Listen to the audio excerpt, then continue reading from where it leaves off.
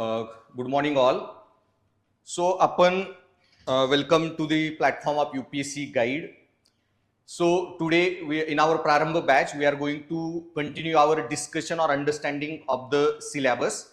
So, in last 5 lectures, guys, in first 2 lectures, I told you about the strategy of the UPSC or plan of UPSC and material that you need to study for UPSC and some basic tips that I gave you.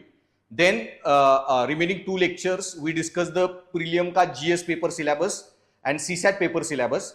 Then in last lecture, we discussed the essay paper syllabus, what kind of topics essay paper have or uska ek paper bhi I discussed. And in that lecture yesterday, we discussed our strategy for UPSC essay paper. Okay, so what we are going to study in our essay classes. So how to write essay, what to write in an essay, what are themes that we are going to discuss. And then now in today's lecture, I am going to discuss with you ethics paper syllabus. Okay, and later on, every faculty will discuss their subjects in detail, syllabus of their subjects in detail. Now guys, in ethics paper, okay, as I said, ki essay and ethics paper are very important ones. They are the most scoring one. They are the most decisive one. Now, in ethics paper, guys, you can easily score essay and ethics 140, 150. I have also showed you the mark list of the previous year students, those who got selected. Or इसलिए I again reminding you, CSAT, essay and answer writing, and आपका in the end personality development for interview. These are 3 important stages that you need to work on this year. First year में, then second year में तो बहुत सारा content that you are going to acquire. Okay, so guys, in today's paper we are going to start our discussion of the ethics paper. We'll do the micro analysis of the ethics paper. आता हा जो ethics paper आहे guys, काल मी essay paper बद्दल एक गोष्ट सांगितलेली तुम्हाला की एसेचा जो पेपर आहे त्याची एक चांगली गोष्ट काय आहे की एसे पेपर एकमेव पेपर आहे ज्याच्यामध्ये तुम्हाला ऑप्शन्स लिहिला येतात. ओके, पण सगळ्यात वाईट गोष्ट एसे पेपर बद्दल आहे की त्याचा सिलेबस नाहीये, कुठूनही काही निबंध येऊ शकतो. पण त्याचा अर्थ असा नाहीये की तुम्हाला खूप अभ्यास करावा लागेल. त्याची स्ट्रॅटेजी पण मी सांगितली की ज्या 8-10 थीम सारख्या रिपीट होत आहेत त्याचा अभ्यास करायचा. तुम्हाला जो क्वेश्चन येणार आहे त्या थीमवर 4 पैकी 1 आला तरी खूप झालं. Same way guys ethics paper बद्दल पण एक खूप चांगली गोष्ट आहे आणि एक वाईट गोष्ट आहे. तर वाईट गोष्ट आधी सांगतो, हा असा पेपर आहे ना जो तुम्ही कधीही जिंदगीमध्ये शिकलेला नाही. ओके, तुम्ही बाकीचे विषय आहेत ना तुमचे सिलेबसचे, somewhere you have studied those topics, even basic लेवलला जे काय आता एवढं कामाला येणार नाहीये, but at least you have studied those subjects. So for example तुमचं हिस्ट्री तुम्हाला माहिती तरी, Gandhi, civil disobedience movement, non cooperation movement, Chauri Chaura, Champaran, Ahmedabad, Kheda जे सत्याग्रह झाले, you know basic about that. Bhagat Singh वगैरे त्यांच्याबद्दल बेसिक माहिती आहे. सो हिस्ट्री, जॉग्राफी, मॉन्सून थोडंफार सगळ्यांना माहिती आहे. पॉलिटी, इकॉनॉमिक्स थोड्याफार प्रमाणात सगळ्यांना माहिती आहे. ओके, पण हा जो विषय आहे, अर्थशास्त्र पण कमी शिकवला असेल किंवा आपल्याला शिकवला जातो, सिव्हिक्स, पॉलिटी थोडंफार शिकवलं जातं. पण हा जो विषय आहे ना, मूल्य शिक्षण, थोडक्यामध्ये शाळांमध्ये कधीही दिलं गेलं नाही. एखाद्या मराठी हिंदीच्या धड्यातच एखादा मूल्य शिक्षणावर चॅप्टर असेल, धडा वगैरे, तेवढंच. त्यामुळे ह्याच्यामध्ये जे विचारवंत आपण शिकणार आहोत ना, हे इतके महान लोक आहेत की ज्यांच्याबद्दल तुम्हाला खूप आधी माहित पाहिजे होतं. त्यांच्यामुळे आपलं जीवनात चालू आहे सगळं. ओके, नीतिशास्त्र ज्यांनी जगाला दिलं आणि यांच्याबद्दल आपल्याला कधी शिकवलं नाही गेलं. म्हणूनच युपीएससीने हा पेपर इथे ऍड केलेला आहे. ओके, सो मग इथं आपण जे लोक शिकणार आहे की John Locke, Jeremy Bentham, Immanuel Kant, John Stuart Mill, Aristotle, Plato, Socrates, Buddha, Mahavir, Gandhi, Bhagavad Gita, नीतिशास्त्र वगैरे असे बरेच आपल्याला तत्वज्ञानातले विचार बघायचे. आणि खूप भारी पेपर आहे हा, खूप इंटरेस्टिंग आहे. पण हा पेपर फक्त तत्वज्ञानाचा नाहीये, तत्वज्ञानाबरोबर मानसशास्त्र आणि प्रशासन म्हणजे फिलॉसॉफी, सायकोलॉजी आणि ऍडमिनिस्ट्रेशन हे 3 विषय एकत्र करून ह्यांनी हा नवीन विषय बनवलेला आहे तुमचा नीतिशास्त्र. आता हा जो विषय आहे ना त्याचा इश्यू काय आहे की हा तुम्ही कधी शिकला नाही 10वी 12वी पर्यंत, पण ह्याचा चांगला पार्ट हा पण आहे आणि अजून एक थोडी वाईट गोष्ट, म्हणजे वाईट नाहीये, ती सगळ्याच पेपरमध्ये येते, की या पेपरमध्ये स्ट्रेट फॉरवर्ड प्रश्न येत नाही. अर्धा पेपर तुमचा हा केस स्टडी असतो, केस स्टडी. आणि केस स्टडीमध्ये तुम्हाला काहीतरी सिनारिओ देतात आणि त्या सिनारिओवर उत्तर सांगा. ओके, मग केस स्टडी सिनारिओ म्हणजे कसे असतात, खूप छोटे छोटे, पण मी क्लासमध्ये डिस्कस करेन तुमच्या बरोबर. पण सपोज तुम्ही बोटीवर आहात आणि तुमची बोट बुडाली. आता तुम्ही मुलगा आहात, तर 3 लोक बुडतायत तुमच्या बरोबर ज्यांना पोहायला येत नाही. तर तुम्ही मुलगा आहात, तर तुमची आई, तुमची बायको आणि तुमची मुलगी, तुम्ही कुणाला वाचवणार? आणि तुम्ही जर मुलगी आहात, तर तुमचे वडील, नवरा आणि मुलगा, 3 जण बुडत आहेत, तुम्ही कुणाला वाचवणार? तुम्ही कुठल्या तरी एकालाच वाचवू शकता. ओके, 2 व्यक्तींना तुम्ही वाचवू शकत नाही. तुम्ही कुणाचे जीव वाचवणार? ओके, हे एकदम बेसिक नीतिशास्त्रातले इश्यू झाले.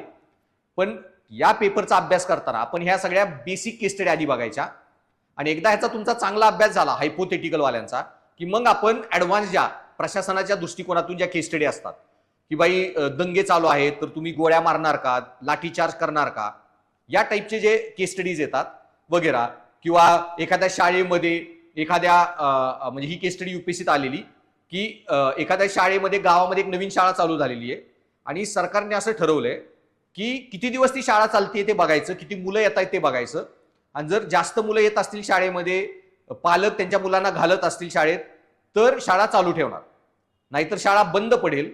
आणि शाळा बंद पडल्यावर मुलांचंही नुकसान, देन शिक्षकांचा जो स्टाफ आहे त्यांचं नुकसान, आणि गावात दुसरी शाळाच नाही, सो मग शेजारच्या शहरातल्या शाळेत मुलांना घेऊन जाणं वगैरे ते गरीब लोकांना परवडणार नाही. ते सगळं स्टाफचं पण नुकसान, शिक्षकांच्या नोकऱ्या जाणार, आणि विद्यार्थ्यांचं पण नुकसान, आणि पालकांना पण जर शहरात कुणाला पाठवायचं असेल तो त्रास, ज्यांच्याकडे पैसा नाही ते पाठवू शकत नाही. अशी कंडिशन आहे शाळेची. आणि शाळेमध्ये सरकारने ठरवले की 2-3 महिने 4 महिने प्रायोगिक तत्वावर शाळा चालवून बघणार, किती अटेंडन्स आहे, काय आहे. आता शाळा चालू झाल्यावर शाळेमध्ये तुम्हाला माहिती आहे मिड डे मील स्कीम असते, मध्यान्ह अन्न भोजन योजना. आता ही जी मिड डे मील स्कीम आहे, त्या मिड डे मील स्कीम मध्ये सपोज सिनारिओ सांगितला की तिथे एका दलित कुकला अपॉइंट केलं. आता तुम्ही महाराष्ट्रीयन आहात, तुम्हाला वाटेल की याच्यात काय एवढा इश्यू आहे वगैरे. आता आपल्यामध्ये आपल्या इथे महात्मा फुले आले, सावित्रीबाई झाल्या, बाबासाहेब झाले, त्यामुळे आपल्याकडे एवढा वारकरी संप्रदाय खूप स्ट्रॉंग आहे. ओके, महानुभाव पंथ पण खूप स्ट्रॉंग आहे, त्याच्यामुळे जातीयवाद वगैरे एवढा नाही, आपल्याकडे सुशिक्षित वर्ग बराच वाढलेला आहे. पण युपी बिहारमध्ये अजून पण जातीयवाद वगैरे प्रकार खूप जास्त प्रमाणात आहे. मग त्याच्यामुळं ही जी केस स्टडी होती ती ज्यादा त्यांच्या अँगलनी होती, अशा घटना तिथं होतात, आणि प्रशासनात काय घटना होतात त्याच्यावर केस स्टडी येतात बऱ्यापैकी. मग या पेपरमध्ये ज्या केस स्टडी, मग तीच घटनेवर त्यांनी बनवलेली, की मग आता त्या केस स्टडीमध्ये ती जी एक दलित महिला, तिला कुक म्हणून अपॉइंट केलं, आणि ते केल्यावर मग हायर कास्ट मधली काही लोक होती, त्यांनी आपल्या मुलांना शाळेमध्ये पाठवायचं बंद केलं. तर मग आता त्यांना हायर कास्टच्या मुलांना शाळेमध्ये पाठवायचं बंद केल्यावर अटेंडन्स ड्रॉप झालेला आहे, आणि मग काही जर ती मुलं शाळेत आली नाही तर मग शाळा पण बंद पडू शकते. प्लस त्या मुलांचं नुकसान, कारण आई वडील जातीयवादी आहेत, ते आयुष्यभर अशिक्षित राहतील. पण या केस स्टडीमध्ये डिसिजन घेताना तुम्हाला खूप पॅरामीटरचा विचार करावा लागतो, कारण जर शाळा बंद पडली तर दलित विद्यार्थी आहेत गाव शाळेतले, त्यांचं पण नुकसान होणार आहे गावातलं, कारण त्यांच्यासाठी पण शाळा बंद होणार. मग तुम्ही काय करणार या परिस्थितीमध्ये, उपाययोजना वगैरे, असे केस स्टडीमध्ये तुम्हाला सिनेरिओ विचारतात. परत आपल्या इथंच एक घटना झालेली 2019ला, की खूप पाऊस झाला, कृष्णा नदीला पूर आला, आणि कृष्णा नदी जी आपल्याला माहिती आहे पुढे कर्नाटकात जाते, आलमट्टी धरण आहे, आलमट्टी धरणाचे दरवाजे ओपन केले नाहीत वेळेवर. ते न झाल्यामुळं पाणी जे आहे ना ते बॅकवॉटर सगळ्या कोल्हापुरात पसरलं, सांगली वगैरे त्या एरियामध्ये कितीतरी गावं पाण्याखाली गेली. ओके, कोल्हापूर शहर कितीतरी पाण्याखाली होतं, आणि बऱ्याच गावांमध्ये लोक जीव वाचवून कसे तरी बसले. आणि मग शेवटी काय म्हणतात, बऱ्याच याच्यानंतर तुमचं रेस्क्यूसाठी लोक आले, आणि त्यावेळी आपले विद्यमान मुख्यमंत्री वगैरे, कुठेतरी आपले इलेक्शन होतं, दिल्लीत होते, पेपरमध्ये न्यूज आली, आणि थोडा लोक खूप वैतागले. आणि जेव्हा तिथं प्रशासन मदतीला जायला लागलं, लोकांनी त्यांच्यावरच दगडफेक वगैरे केली. ओके, मिनिस्टरच्या कॉन्व्हॉयवर पण दगडफेक झाली. त्याच वर्षी इथिक्समध्ये केस स्टडी आलेली आहे, की तुम्ही एका अशा हे झालेलं आहे, डिझास्टर झालेला आहे आणि डिझास्टर झालेल्या भागामध्ये तुम्ही मदतीला गेला तर लोक खूप चिडलेले आहेत, प्रशासन उशिरा पोहोचलं म्हणून वगैरे, प्रशासनाला दिरंगाईमुळे, विलंबामुळे, आणि लोकांनी मारहाण म्हणजे झाली, धक्काबुक्की झाली, तुमच्या एका प्रशासकीय अधिकाऱ्याला मारहाण झाली आणि त्याच्यामुळे तुमची टीम जायला नाही म्हणत आहे वगैरे वगैरे. तर अशा परिस्थितीमध्ये तुम्ही काय करणार? म्हणजे अशा प्रकारचे केस स्टडीचे सिनॅरिओ येतात, त्याच्यामध्ये मग काय उत्तर लिहायचं. सो हा जो पेपर आहे खूप डायनॅमिक आहे. तुम्हाला आधी सगळे पॅरामीटर शिकावे लागतात आणि ऑन स्पॉट तिथं उत्तर लिहावं लागतं. जसं निबंधाचा पेपर आहे, ऑन स्पॉट काही निबंध येणार आहे, तशी ऑन स्पॉट काही केस स्टडी येऊ शकते. ह्या पेपरची डिमांड वेगळी आहे. It is not like other paper. Other पेपरमध्ये काय आहे, हिस्ट्रीमध्ये 1857चा उठाव वाचलेला आहे, you will get directly question 1857 रिव्होल्टचे इम्पॅक्ट्स काय होते, what were the impacts of 1857 revolt. Okay, then CDM movement, civil disobedience मुवमेंटचे सिग्निफिकन्स सांगा, तर सिग्निफिकन्स वेगळा प्रश्न. सो तुम्हाला तिथं वाचलेलं आहे, त्याच्यावरच घुमून फिरून थोडाफार प्रश्न येईल. इथे पूर्णच फिरवून प्रश्न असणार आहे. केस स्टडी काही असू शकते. ओके, एक केस स्टडी अशी आलेली की एक गरीब कुटुंब आहे, त्यांच्यात 4-5 मुलं आहेत आणि ते 4-5 मुलांना सगळं अन्न वगैरे सगळं देऊ शकत नाहीत, वाईट परिस्थिती आहे, म्हणून ते एका लहान मुलाला विकायचं ठरवतात. ओके, आणि त्या पैशातून बाकी मुलांची काळजी घेणार. मग लहान बाळाला विकण्यासाठी ते जेव्हा काय झालं, मार्केटमध्ये येतात, मग लोक जमा होतात, एक जण लहान बाळ ते विकत घ्यायला पण तयार होतो, पण तेवढ्यात तुम्हाला फोन येतो, तुम्ही जिल्ह्याचे चाइल्ड ऑफिसर आहात, वेलफेअर ऑफिसर, महिला बाल कल्याण जे विभाग असतं आपलं, त्या महिला बाल कल्याण विभागातले तुम्ही अधिकारी आहात, जिल्ह्याचे प्रमुख. तुम्हाला फोन आलेला आहे, तर तुम्ही काय करसाल, घटनास्थळी पोहोचून कुठले कुठले पावलं उचलचाल वगैरे, ते गोष्टीमध्ये तुम्हाला निर्णय द्यायचा आहे. सो असे पण केस स्टडी येतात तुम्हाला कम्प्लिटली, म्हणजे अशा चाइल्ड ट्रॅफिकिंग वगैरे. सो कुठल्याही सिनारिओवर काही केस स्टडी येऊ शकते. एक केस स्टडी अशी आलेली की तुम्ही एका जिल्ह्याचे कलेक्टर आहात आणि तिथे खूप मोठी हे झाली, अतिवृष्टी झाली, पूर आले आणि पुराच्या परिस्थितीमुळे अनेक लोक वेगवेगळ्या भागामध्ये अडकून पडलेले आहेत आणि अडकलेल्या लोकांमध्ये जेलमधले कैदी आहेत, देन शाळेमधली मुलं आहेत, काही स्त्रिया आहेत, हॉस्पिटलमधले काही पेशंट्स आहेत, काही तुमच्या एरियामध्ये टुरिस्ट आलेले ते अडकलेत, काही हायकर वगैरे लोक आहेत ते अडकलेले आहेत, देन एका पॉलिटिकल पार्टीच्या नेता आणि त्याचे कार्यकर्ते अडकलेले आहेत, शेजारच्या राज्याचा चीफ सेक्रेटरी तो तुमच्या राज्यात आलेला, तो त्याच्या कुटुंबाबरोबर अडकलेला आहे. असे 10-12 त्यांनी हे दिलेलं लोक अडकलेले आहेत. तर तुम्ही कुणाचा जीव पहिल्यांदा वाचवणार, त्यांना कसं रेस्क्यू करणार, त्याचा क्रमवार द्या.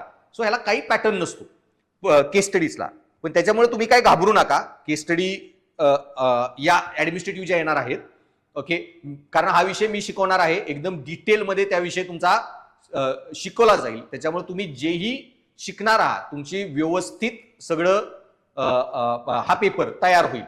त्यामुळे एसएन इथिक्स सगळ्या स्कोरिंग आहेत आणि ते 2 मी शिकवणार आहे. हे 2 विषयाची तुम्हाला काही काळजी करायची गरज नाही. पण ह्या ज्या केस स्टडी आहेत त्या ऍडमिनिस्ट्रेटिव्ह वाल्या पुढे बघू आपण, पण त्याच्या अगोदर मी तुम्हाला क्लासमध्ये खूप हायपोथेटिकल केस स्टडी पण सांगणार आहे. त्या पण तुम्हाला मग स्टडी करायच्या आहेत, या हायपोथेटिकल केस स्टडी. मग ह्या ज्या हायपोथेटिकल केस स्टडी होत्या, ओके, त्याच्यामध्ये त्या हायपोथेटिकल केस स्टडीमध्ये एक केस स्टडी होती की, म्हणजे अशा मी तुम्हाला सांगत जाईन, सपोज तुम्ही एका चर्चमध्ये फादर आहात आणि तुमच्या शहरामध्ये किंवा गावामध्ये, एरियामध्ये एक सिरियल किलर आहे, त्यांनी खूप लोकांचा मर्डर केलेला आहे आणि तो चर्चमध्ये आला कन्फेस करायला, जे ख्रिश्चॅनिटीमध्ये कन्फेशन प्रकार असतो, तुम्ही पिक्चर मध्ये बघितला असेल. तर तो चर्चमध्ये आला कन्फेशन करायला, आणि कन्फेशन करायला आल्यावर त्यांनी स्वतःचे पाप तुम्हाला सांगितले की मी किती लोकांचा मर्डर केलाय वगैरे, आणि तो म्हणतो की मी अजून काही लोकांचा आज रात्री मर्डर करणार आहे, 1-2 लोकांचा, आणि त्या दोघांचा मर्डर करून मी दुसऱ्या दिवशी पोलिसांना शरण जाईल. आता तुम्ही चर्चचे फादर म्हणून काय करणार? तुम्ही पोलिसांना रिपोर्ट करणार का नाही करणार? ओके, सो मग तुमचं कर्तव्य काय आहे? एका माणसाचे सिक्रेट ऐकणे आणि त्यांनी तुम्हाला येऊन स्वतःची पाप का सांगितली, कारण तुमच्यावर उत्तरदायित्व आहे की ते पाप जे जरी असेल तरी ते सिक्रेट असेल तरी ते सिक्रेसी मेंटेन करणे वगैरे त्या गोष्टींचं. पण मग जीव वाचवायचा लोकांचा का नाही वाचवायचा, मग याच्यामध्ये खूप कॉम्प्लिकेटेड आर्ग्युमेंट येतात जे आपण पुढे बघूयात. ओके, ह्या सगळ्या केस स्टडीची उत्तरं. तसेच तुम्ही सपोज डॉक्टर आहात, एखादा माणूस तुमच्याकडे सर्जरीला आला आणि सर्जरीला आल्यावर त्याच्या याच्यामध्ये ब्लड टेस्टचे तुम्ही रिपोर्ट मागवले त्याला, आणि ब्लड टेस्टच्या रिपोर्टमध्ये तुम्हाला सापडले की तो HIV पॉझिटिव्ह आहे, त्याला एड्स झालेला आहे, आणि त्याचं लग्न किंवा तिचं लग्न तुमच्या फॅमिलीतल्या एखाद्या कुटुंबातल्या पाहुण्या रावळ्यातल्या एका व्यक्तीशी होणार आहे. मग आता डॉक्टर म्हणून तुम्ही पेशंटची गोपनीयता राखणार का तुम्ही ती माहिती तुमच्या याला देणार, त्या व्यक्तीला सांगणार आणि मग त्यांचं लग्न मोडेल वगैरे. मग एक डॉक्टर म्हणून तुम्ही काय केलं पाहिजे, हे सगळे जे नैतिक प्रश्न आहेत ते कसे सोडवायचे वगैरे, ते म्हणजे तुमचं बेसिकली काय म्हणतात नीतिशास्त्रात कशा केस स्टडी येतात. मग मी तुम्हाला अशा हायपोथेटिकल केस स्टडी सांगेन वगैरे, आणि मग हायपोथेटिकल केस स्टडी मधून ओके आपण ऍडमिनिस्ट्रेटिव्ह केस स्टडीकडे जायचं.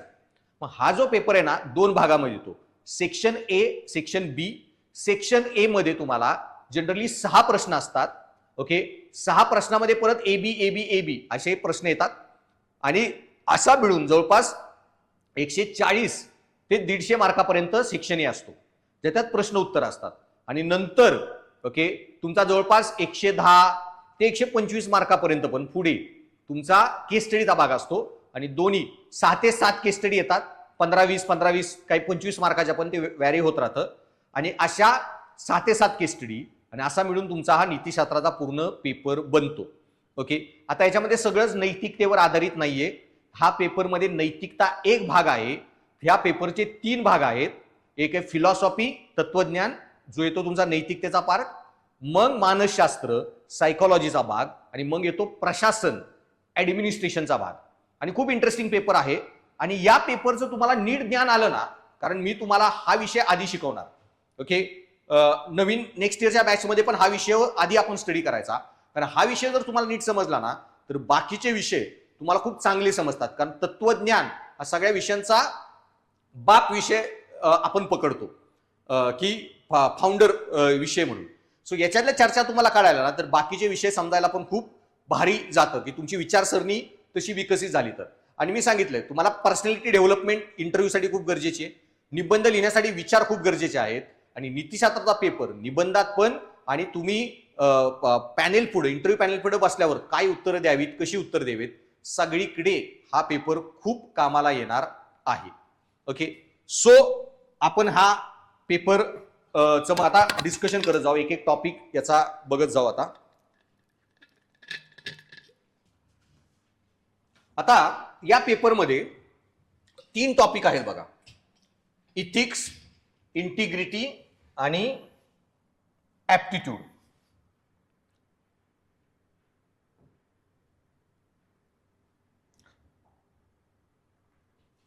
सो इथिक्स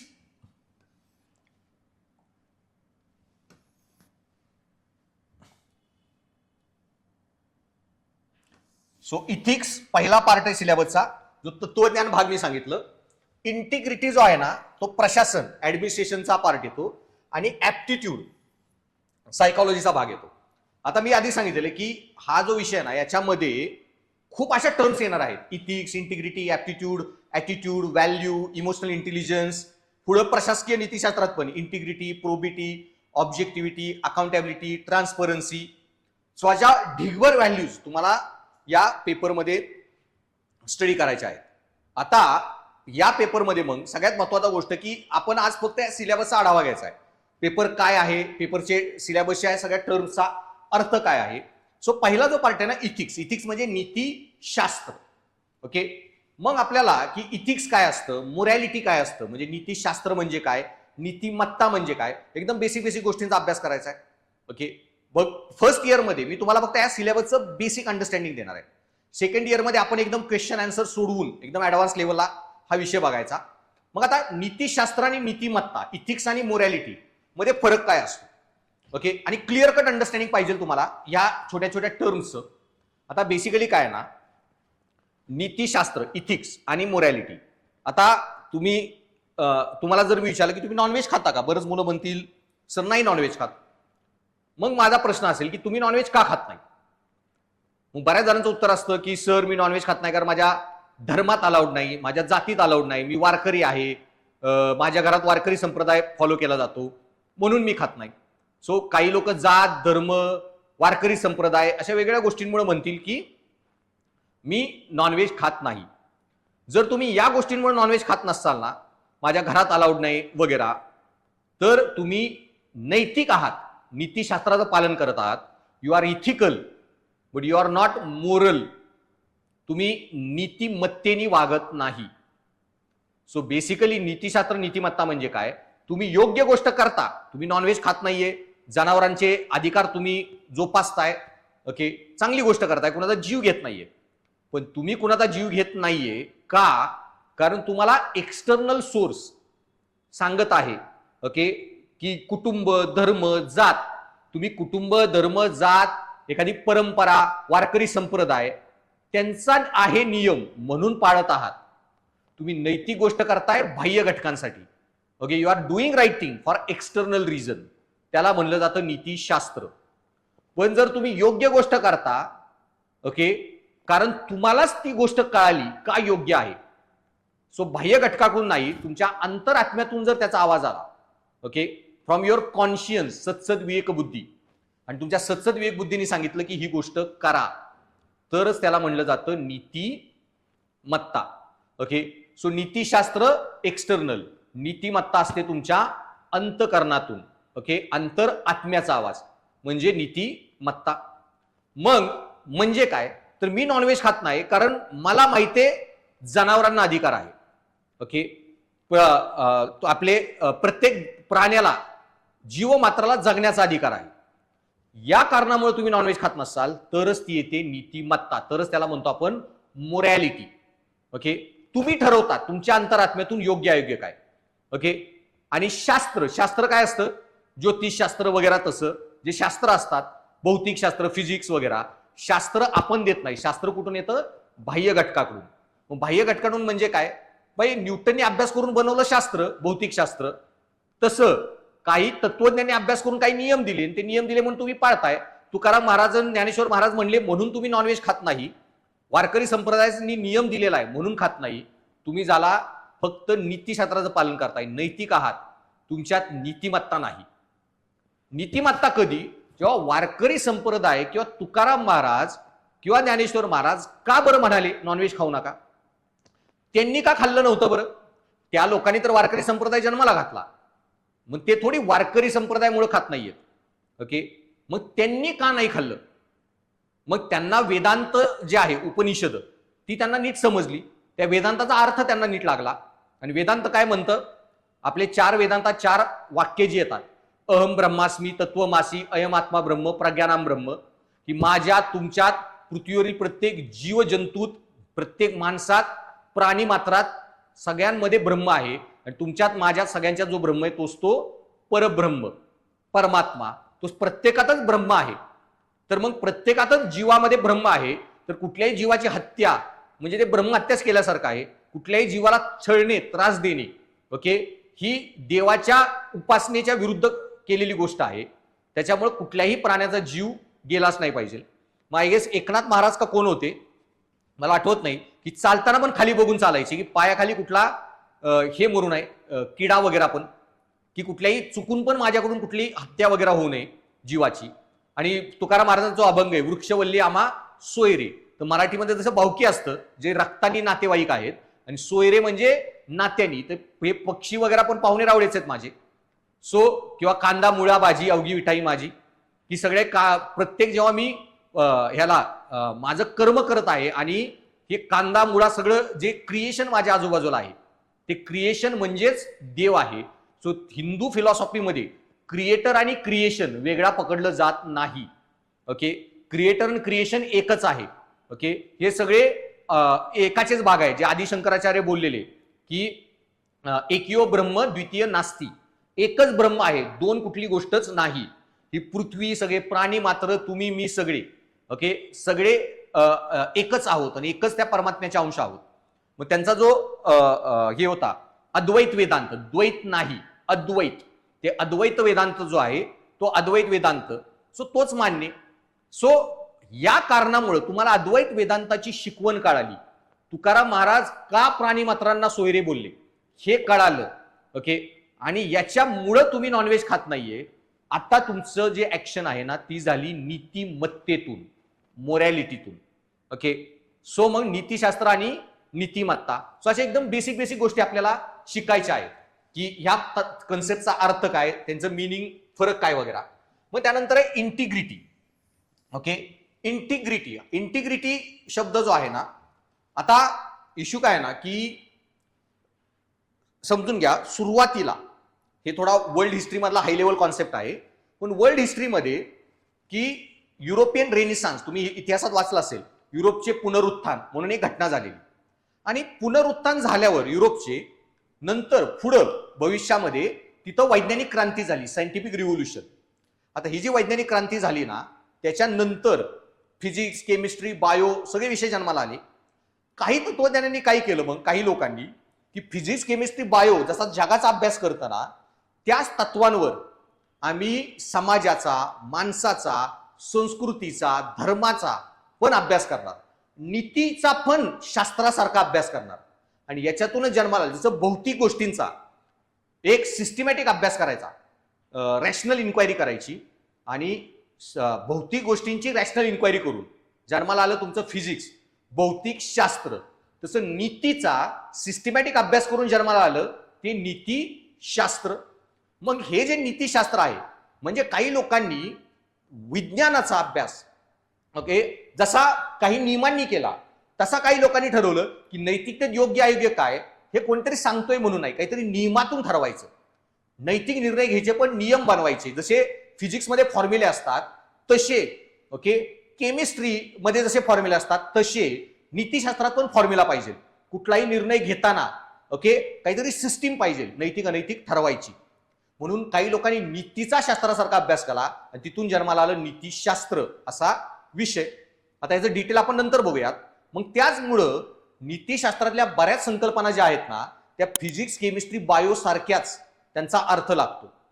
मग हा जो इंटिग्रिटी शब्द आहे, आता हा जो इंटिग्रिटी शब्द आहे, ओके, इंटिग्रिटी शब्दामध्ये इंटिग्रिटी हा कॉन्सेप्ट तुम्ही 10वी-12वीत पण शिकलेला आहे, इंटिग्रेशन आणि डिफरन्सिएशन.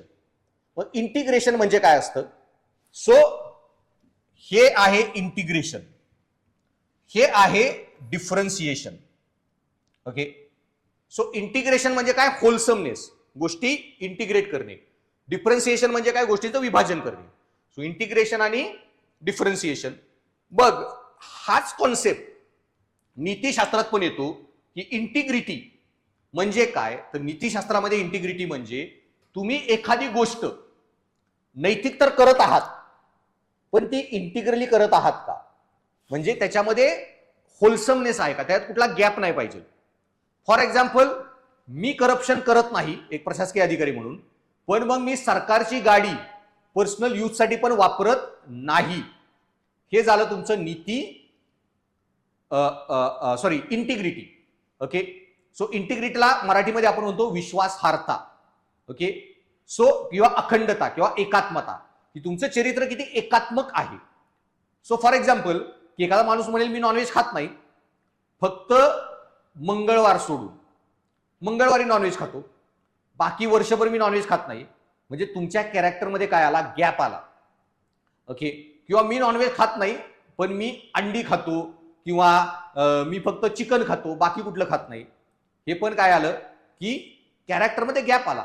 नाही म्हणजे नाही, म्हणजे कुठलाच प्राणी नाही, कुठला वार नाही, काही न बघता जर तुमचं चरित्र असं असेल तरच त्याला म्हणतो इंटिग्रिटी, ओके. मग वक्तशीरपणा, तुम्ही दर ठिकाणी आयुष्यामधली प्रत्येक गोष्ट वेळेवर करता तर वक्तशीरपणा हा बनतो तुमचं इंटिग्रिटी. सो मग तुमचं इथिक्स, इंटिग्रिटी. सो इंटिग्रिटी जो आहे ना तो प्रशासनाच्या रिलेटेड कॉन्सेप्ट आहे. आणि मग तिसरा भाग येतो तुमच्या सिलेबसचा पेपरचा, ऍप्टिट्यूड. ऍप्टिट्यूड म्हणजे काय, योग्यता. ओके. सो मराठीमध्ये ह्याला म्हणतात नीतिशास्त्र, सचोटी आणि योग्यता.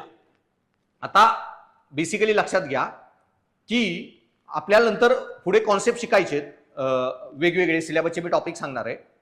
पण लक्षात घ्या की मानवाची जी पर्सनॅलिटी आहे ना, आपलं व्यक्तिमत्व हे वेगवेगळ्या गोष्टींचं बनलेलं आहे. मग कशा कशाने तुमचं व्यक्तिमत्व बनलेलं आहे? तुमचे हॉबीज, इंटरेस्ट, व्हॅल्यूज, ॲटिट्यूड, तुमचा IQ, बुद्धिमत्ता, तुमची मेमरी किती स्ट्रॉंग आहे, तुमचे सामाजिक आणि वैयक्तिक अनुभव, एक्सपिरियन्सेस, ह्या सर्व गोष्टी काय करतात? एक आपलं व्यक्तिमत्व घडवतात. व्यक्तिमत्वाचा एक अविभाज्य भाग आहे तुमची बुद्धिमत्ता. ओके. आणि आपली जी बुद्धिमत्ता आहे ना, ती एक प्रकारची नसते. बुद्धिमत्ता 3 प्रकारच्या असतात.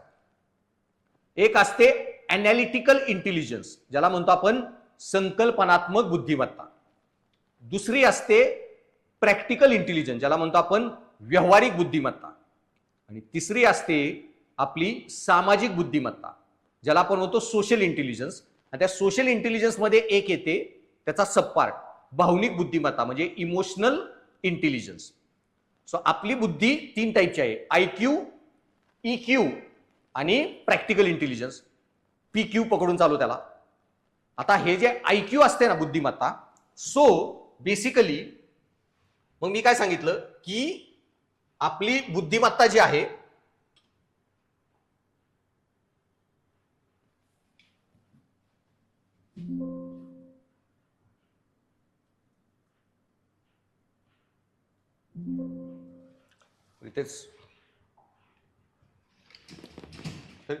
मी काय सांगितलं की आपलं जे बुद्धिमत्ता असते, ओके, इंटेलिजन्स.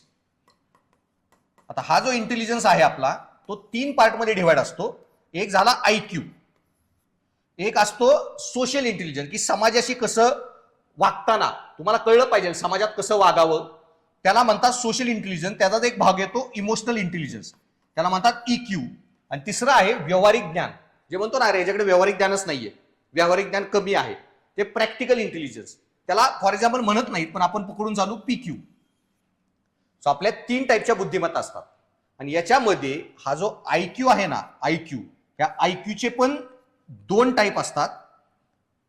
म्हणजे आपण जनरली म्हणतो ना त्याचा IQ कमी आहे, त्याचा IQ खूप जास्त आहे. तर जेव्हा आपण IQ म्हणतो ना, तर IQचे पण 2 टाईप असतात. एक ज्याला आपण मराठीमध्ये सिंपली म्हणतो बुद्धी.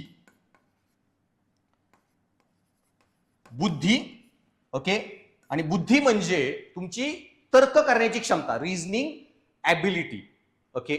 आणि दुसरी बुद्धीचा वापर करून आपल्याला काय मिळतं? ज्ञान, ओके, म्हणजे नॉलेज, ओके. सो नॉलेज, ज्ञान आणि बुद्धी. आणि बुद्धीला आपण काय म्हणतो की रिझनिंग ॲबिलिटी, तर्क करण्याची क्षमता. आणि ही जी रिझनिंग ॲबिलिटी आहे ना, तर्क करण्याची क्षमता, त्यालाच आपण म्हणतो ॲप्टिट्यूड. तर आपण त्या दिवशी काय सांगितलेला, कुठला पेपर बघितला प्रिलिमचा? Civil service aptitude taste.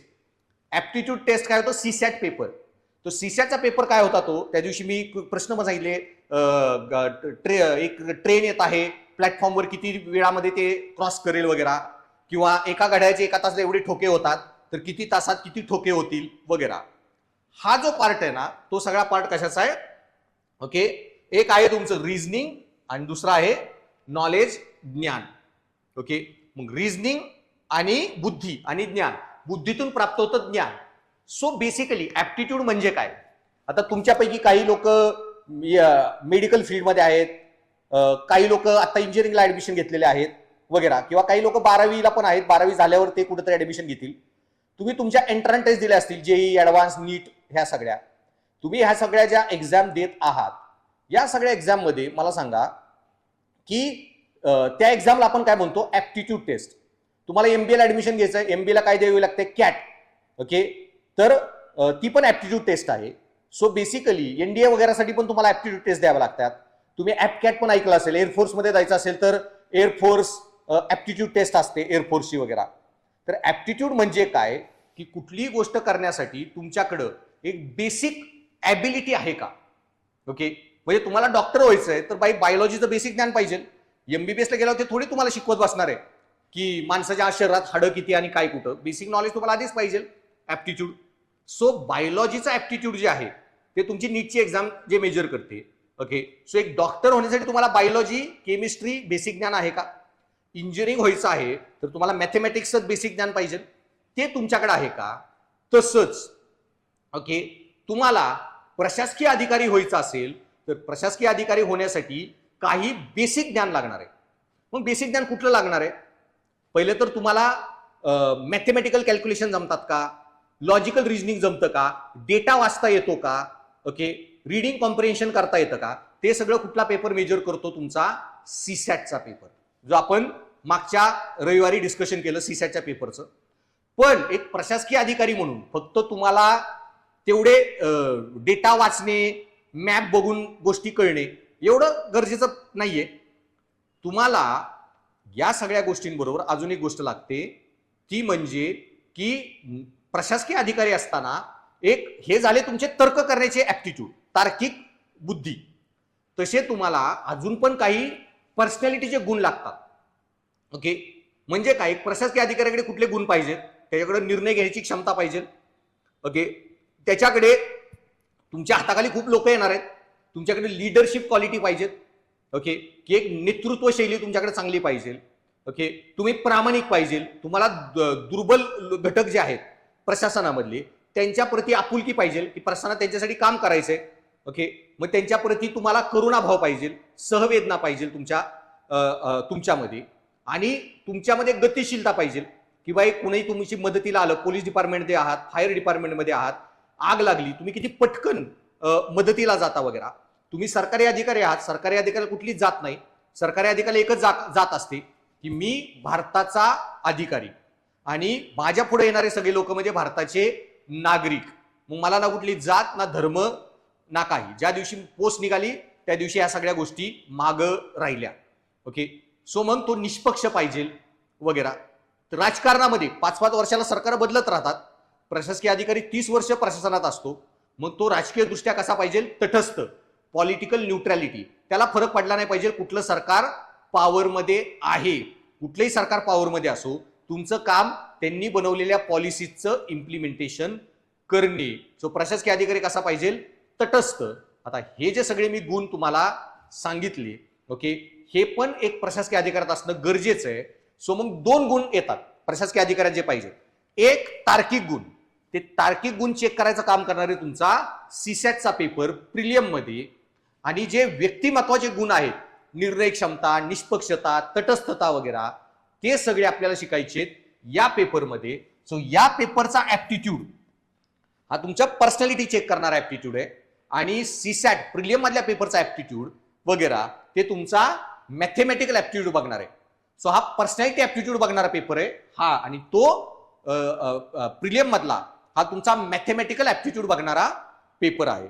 So basically this is your overall सिलेबसचे जे 3 भाग आहेत, की हा पेपर काय आहे, जे तुम्हाला मला बेसिक आयडिया जी द्यायची होती. ओके, मग आता की जसं मी सांगितलं की हा सिलेबस 3 पार्टमध्ये डिवाइड होतो. मग फिलॉसॉफी, तत्वज्ञान, सायकोलॉजी मानसशास्त्र, आणि ऍडमिनिस्ट्रेशन म्हणजे प्रशासन. तुम्ही नीट सिलेबस बघितला, या 3 भागामध्ये तो विभागलेला आहे. मग तुमचा तत्वज्ञान जो भाग आहे फिलॉसॉफी, ओके, फिलॉसॉफीमध्ये तत्वज्ञान भागामध्ये तुम्हाला बरेच तत्वज्ञानी शिकायचे आहे. मग या भागामध्ये सिलेबसमध्ये असे तत्वज्ञानी दिले नाहीयेत, पण त्यांनी सिलेबसमध्ये काय सांगितलंय की values and teachings, okay, of great reformer, leader, administrator वगैरे. मग त्याच्यामध्ये आपल्याला खूप लोकांचा अभ्यास करायचा आहे. Aristotle, Plato, Socrates, Buddha, Mahavir, Gandhi, Bhagavad Gita, Kant, then Jeremy Bentham, John Stuart Mill वगैरे, इमॅन्युअल कांत, जॉन लॉक, हे सगळे लोक. आणि काही लोक इथं नाहीत बघायचे, बाबासाहेब आंबेडकर वगैरे, त्यांचे विचार आपल्याला प्रशासनामध्ये बघायचे. सो पहिला पार्ट फिलॉसॉफी, तत्वज्ञान. ओके, आता फिलॉसॉफी, ओके, ह्या शब्दाचा अर्थ काय, इथूनच आपण सगळं शिकणार आहोत. त्याच्यानंतर येतो सायकोलॉजी, मानसशास्त्राचा भाग. म्हणजे यांनी काय केलेलं आहे, 3 विषय मिक्स केलेत आणि एक तुमचा पेपर बनवून टाकलेला आहे, इथिक्स, इंटिग्रिटी, ऍप्टिट्यूड. मग फिलॉसॉफीमध्ये 4-5 टॉपिक आहेत. ओके, भावनिक बुद्धिमत्ता म्हणजे काय, emotional intelligence, values, attitude, social influence and persuasion. ते काय टॉपिक आहेत ते तुम्हाला मी पुढं सांगत जाईन. आणि मग त्याच्यानंतर येतो प्रशासन, ऍडमिनिस्ट्रेशन. आता तुम्ही ऍडमिनिस्ट्रेशनचा जरी भाग बघितला, ओके, म्हणजे त्यांना म्हणणं काय आहे की तुम्ही जेव्हा प्रशासकीय अधिकारी होताय तुम्हाला 3 गोष्टी माहित पाहिजेत. पहिले तर तुम्हाला नैतिक निर्णय कसा घ्यावा हे जमलं पाहिजे, सो फिलॉसॉफीचा पार्ट. त्याच्यानंतर तुम्हाला लोक कसे विचार करतात, लोक कसे कुठल्याही सरकारच्या स्कीम बद्दल, पॉलिसी बद्दल कसा विचार करतात ते तुम्हाला नीट समजलं पाहिजे.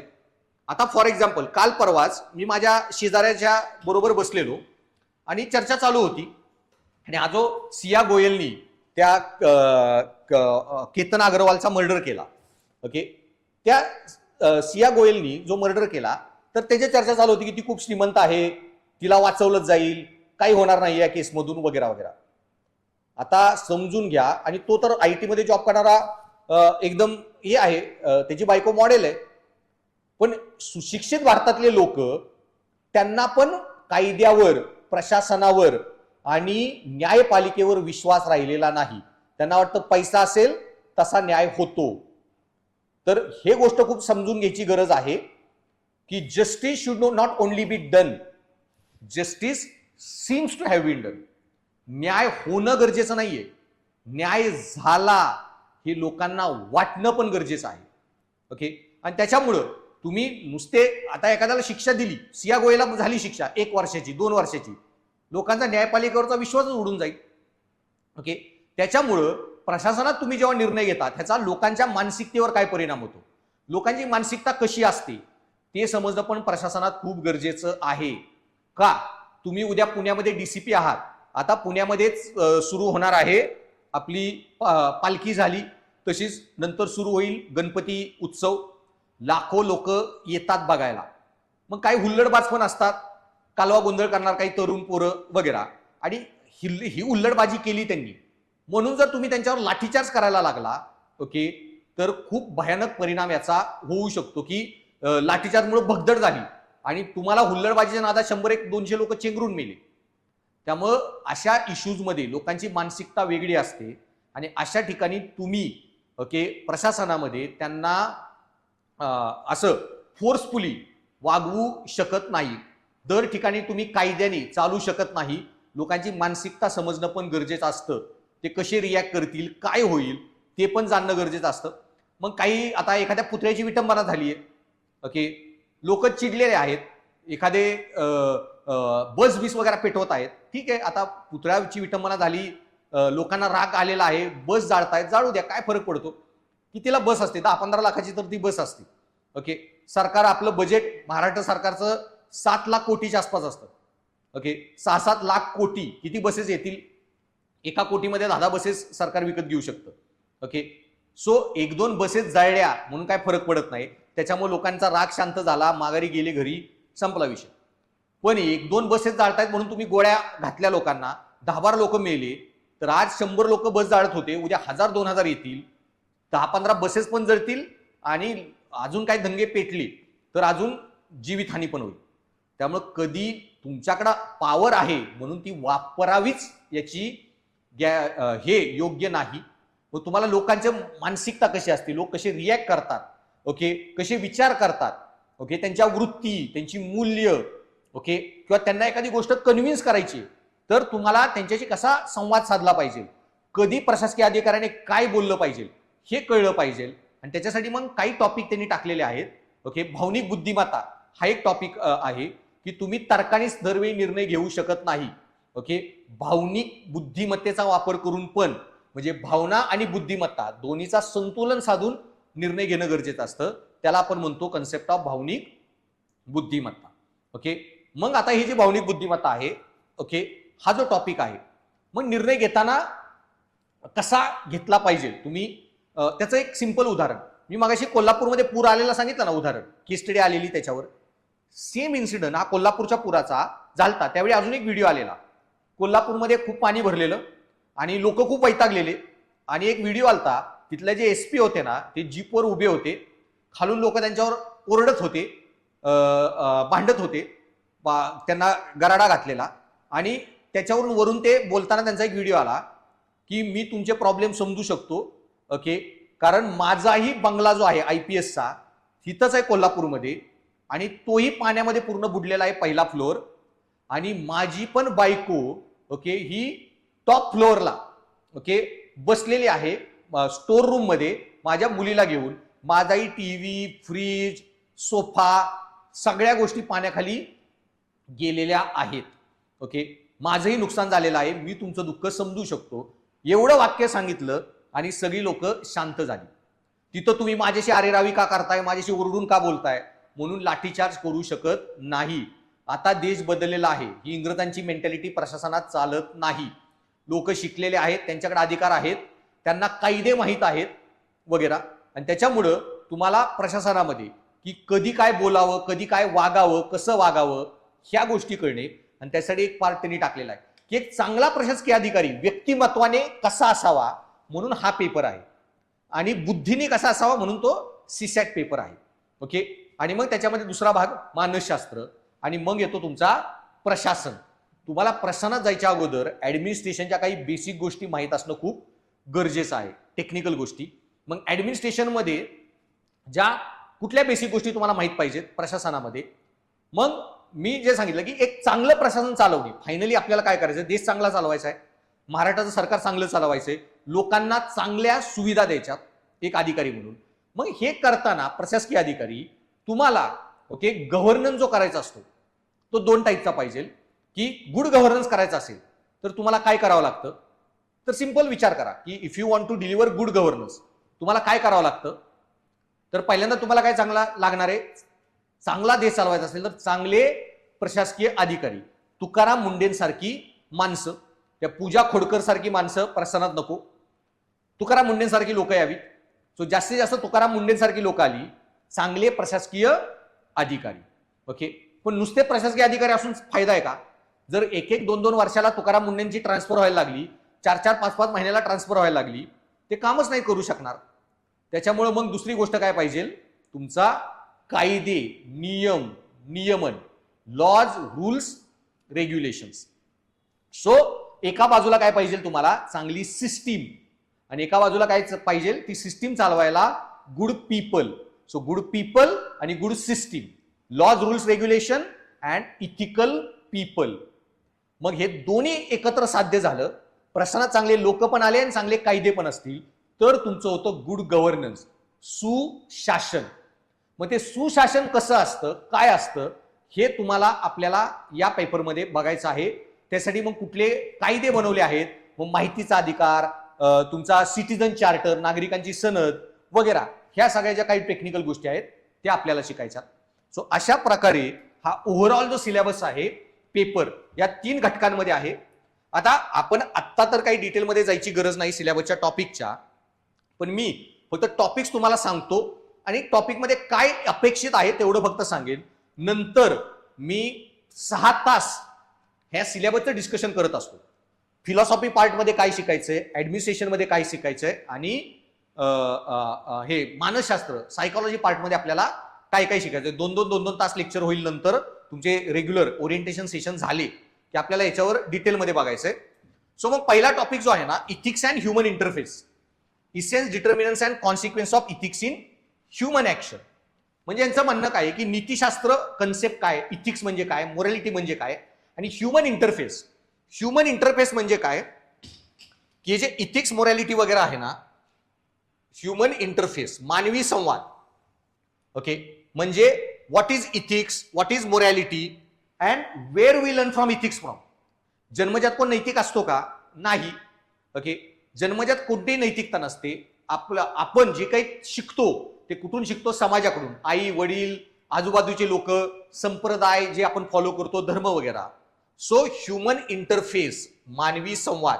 सो नीतिशास्त्र आणि मानवी संवाद, मानवाने इतर घटकांशी साधलेला संवाद आणि त्याच्यातून आपली जी नैतिकतेचा विकास होतो तो कसा होतो वगैरे, हा टॉपिक आहे. मग त्याच्यामध्ये 3-4 सब टॉपिक आहेत. इसेन्स म्हणजे काय, इसेन्स मध्ये म्हणजे सार, नीतिमत्तेचे सार काय आहे. ओके, जसं आपली सगळी उपनिषद आहेत ना, वेद आहेत आणि वेदांवर उपनिषदं लिहिली गेली. त्या सर्व उपनिषदांचा सार आपल्याला मिळतो भगवद्गीतेमध्ये. ओके, मग भगवद्गीतेला म्हणतो उपनिषदांचा सार, तसं नीतिमत्तेचा सार म्हणजे काय विषयाचा, म्हणजे ह्या विषयाबद्दलच्या सगळ्या प्रमुख संकल्पना आपल्याला शिकून घ्यायच्या या टॉपिकमध्ये. What is ethics, what is morality, या सगळ्या. त्याच्यानंतर येतो determinants of ethics. Determinants of ethics म्हणजे काय की नीतिशास्त्रात जेव्हा तुम्ही निर्णय घेत आहात, डिटर्मिनंट म्हणजे काय, नैतिकतेचे निर्धारक, की नैतिकता आपण कुठून शिकतो.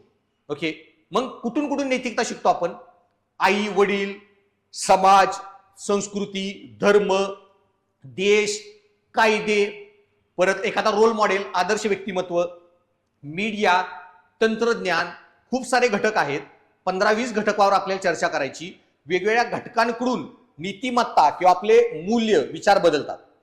तंत्रज्ञान पण आपली नैतिकता बदलतं, नैतिकतेवर परिणाम करतं. मग तुम्ही म्हणाल तंत्रज्ञान कसं नैतिकतेवर बदल करत आहे, परिणाम करत आहे?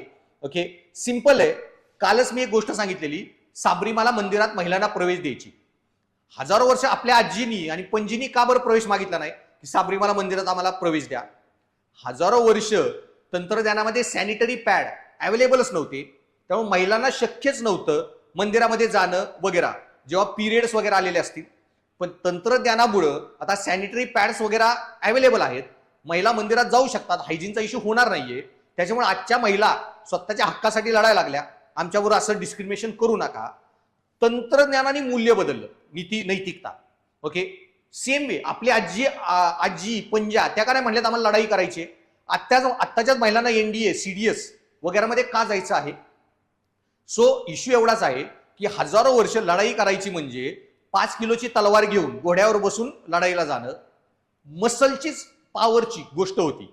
पण आता लढाई ही मसल पॉवरवर राहिलेली नाहीये. अर्धा 1 किलोची बंदूक असते, त्या महिला पण जिम मध्ये जाऊन 10-10 किलोचे वेट्स उचलू शकतात आजकाल. तरी काय अर्धा किलोची डंबेल घेऊन किंवा बंदूक घेऊन तुम्ही आरामात लढू शकता, पिस्तूल घेऊन गोळ्या घालू शकता. सो महिला पण पोलीस अधिकारी बनू शकतात, महिला पण मिलिटरीमध्ये आता जाऊ शकतात. सो महिलांचं मूल्यच बदलून टाकलं तंत्रज्ञानाने. सो नैतिकता आपण अशी कुठून शिकतो म्हणजे तुमचे निर्धारक. आणि मग तो कॉन्सिक्वेन्स म्हणजे काय, बाई नैतिक का वागा? ठीक आहे, नीतिशास्त्र शिकलो वगैरे, पण नैतिकतेने वागण्याचे फायदे काय? मी का नैतिक वागू? नैतिक वागण्याचं मला काय फायदे आहेत का? फॉर एक्झाम्पल, तुम्ही एखाद्याला सांगताय अरे नैतिक वाग, असं वाग, तसं वाग. तो म्हणजे ठीक आहे मी वागतो, पण का वागू? याचं कारण काय? सो बेसिकली इश्यू एवढाच आहे की मराठीमध्ये खूप जुनं नाटक होतं, मी लहानपणी बघितलेलं, यदा कदाचित असं एक नाटक. आणि त्या नाटकामध्ये म्हणजे कॉमेडी नाटक आहे ते, महाभारतावर मिमिक्री टाईप बनवलेलं त्यांनी. पण त्या नाटकात भीम एक प्रश्न विचारतो सारखा कृष्णांना, की आपण जे म्हणतो ना नेहमी शेवटी सत्याचा विजय होतो. मग त्याचं वाक्य आहे की सत्याचा विजय नेहमी शेवटीच का होतो? सत्याचा विजय सुरुवातीला कधी होणार? ओके, सत्याचा विजय मध्ये कधी होणार? सारखा शेवटीच का? पापी लोक आयुष्य जीवन एन्जॉय करतायत आणि आपण म्हातारपणी सत्याने वागणाऱ्या लोकांचा विजय होणार. मग फायदा काय? मग सत्याने का वागा माणसाने? ओके, मग हे जे ना नैतिकतेचे कॉन्सिक्वेन्सेस, परिणाम, नैतिक वागण्याचे काय फायदे आहेत का, नैतिक का वागावं, हे या टॉपिकमध्ये सिंपल चर्चा बघायच्या. आणि नेक्स्ट इयरमध्ये आपण ऍडव्हान्स लेवल चर्चा बघायच्या. मग डायमेन्शन्स ऑफ इथिक्स, नीतिशास्त्राचे पैलू, हा थोडा टेक्निकल टॉपिक आहे, तो आता मी काय सांगत नाही. नंतर ethics in private and public relation. आता इश्यू काय समजून घ्या. नैतिकतामध्ये ना, नीतिशास्त्र जेव्हा आपण विषय बघणार आहे हे, तर नैतिकता, मोरॅलिटी जी आहेत आपली, ही 3 टाईपची असते. एक आहे तुमची पर्सनल मोरॅलिटी, पर्सनल, तुम्हाला काय योग्य वाटतं. ओके, दुसरी आहे प्रोफेशनल, म्हणजे तुम्ही एखाद्या कंपनीमध्ये काम करताय, तर ते काय, त्या कंपनीला काय योग्य वाटतं. आता तुम्ही युपीएससी गाईडमध्ये क्लास लावलेला आहे. उद्या आपण जेव्हा ऑफलाईनला बॅच शिफ्ट करू, ऑफलाईन क्लास चालू झाला आपला, तुम्ही क्लासला आला आणि मी सांगितलं की युपीएससी गाईडमध्ये नाईट पॅन्ट घालून मी कुणालाही प्रवेश देणार नाही. ओके, तर हा माझा नियम आहे, हा संस्थेचा नियम आहे, आणि तुम्ही संस्थेमध्ये प्रवेश घेतलेला आहे तर संस्थेचे नियम तुम्हाला पाळावे लागणार. तुम्हाला योग्य अयोग्य काय वाटतं घेणं देणं नाही. सो पर्सनल आणि प्रोफेशनल. तसं प्रोफेशन मग काही असू शकते. तुमचे वडील पण प्रोफेशन मध्ये असतील, मग ते त्यांचा स्वतःचा बिझनेस असेल, प्रायव्हेट कंपनीत असतील किंवा सरकारी नोकरीमध्ये असतील. आता तुमचे वडील जर सरकारी नोकरीमध्ये आहेत, ओके, तर आणि सपोज ते डिस्ट्रिक्ट कलेक्टर आहेत, जिल्ह्याचे अधिकारी, बीडीओ सीईओ आहेत आणि त्यांना नॉनव्हेज खायला आवडत नाही तुमच्या वडिलांना, ओके, नॉनव्हेज खात नाहीत, पण मिड डे मील स्कीम मध्ये भारत सरकारने किंवा महाराष्ट्र सरकारने सांगितलंय की दर मंगळवारी शुक्रवारी नॉनव्हेज द्यायचं. बाई तुम्हाला नॉनव्हेज खायला आवडत नाही पर्सनली, ह्याचा प्रशासनाला किंवा तुमच्या प्रोफेशनला घेणं देणं नाही. किंवा तुम्ही एखाद्या खाजगी कंपनीमध्ये जॉब करताय, तिथं कॅन्टीन आहे, कॅन्टीनमध्ये नॉनव्हेज सर्व होतं, तुम्ही तिथं जाऊन म्हणू शकत नाही, ओके, की नॉनव्हेज सर्व करू नका कारण आम्ही लोक खात नाही, ओके. त्यामुळे तुमची नैतिकता पर्सनल एक असते, प्रोफेशनल. तुम्ही एखाद्या संस्थेसाठी काम करता, त्या संस्थेची नैतिकता असते. पण संस्था दोन टाईपच्या असतात, एक खाजगी आणि दुसरी असते सरकारी. आणि सरकारी संस्थेमुळे मग तिसरं नीतिशास्त्र येतं, ऍडमिनिस्ट्रेटिव्ह इथिक्स, प्रशासकीय नीतिशास्त्र. सो व्यक्तिगत नीतिमत्ता किंवा नीतिशास्त्र, संस्थात्मक नीतिशास्त्र आणि तिसरं येतं प्रशासकीय. आता ह्या दोन्हीला सेमच पकडायचं जर याच्याशी कम्पेअर करत असाल, पण हे दोन पण वेगळे येतात.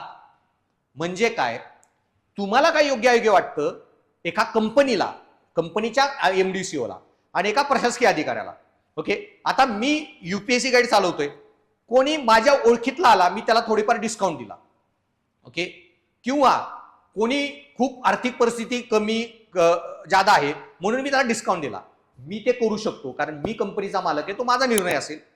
किंवा मी एखाद्याला नाही पण म्हणणार आहे कारण मला माझे शिक्षकांचे पगार द्यावे लागतात, हॉलचं भाडं द्यावं लागतं, मला नाही परवडणार समाज सेवा करणं. पण एक प्रशासकीय अधिकारी म्हणून तुम्ही मनानुसार कुणाला कमी फी नाही लावू शकत किंवा जादा फी लावू शकत नाही. तुम्हाला जी फी लावायची आहे ती सरकारी नियमामध्ये जी दिलेली आहे, प्रत्येकाला तो नियम समान लागू, ओके. मग तुम्ही वॉल्वो कंपनी चालवता, दिवाळी आली, तुम्ही कंपनीचे रेट वाढवले, तिकिटाचे रेट वाढवले, 1000चं तिकीट 2000 केलं, तुम्हाला कोणी काही म्हणू शकत नाही वगैरे. मग पहलगामचा अटॅक झाल्यावर सगळ्या एअरलाईनच्या विमानांच्या तिकिटाची किमती 40,000 50,000वर गेल्या. अरे लोक मेले तिकडं, त्यांच्या पाहुण्या रावण्यांना काश्मीरला जायचंय आणि तुम्ही तिकिटाचे रेट 5 आणि 10,000चे डायरेक्ट 50,000 करताय. आता एक खाजगी कंपनीने करणं नैतिक आहे का, हा पहिला प्रश्न आहेच. पण एखादी सरकारी कंपनी, एसटी महामंडळ, दिवाळी आली म्हणून तिकिटाचे रेट 1000चे 2000 करू शकत नाही का, कारण खाजगी कंपनीचा जो मोठा असतो तो असतो प्रॉफिट, सरकारचा जो मोठा असतो तो आहे इक्विटी, समता, समानता. सरकार प्रॉफिट करायला जन्मलेलं नाहीये, सरकार प्रॉफिटसाठी नाहीये, सरकार गोरगरिबांसाठी आहे.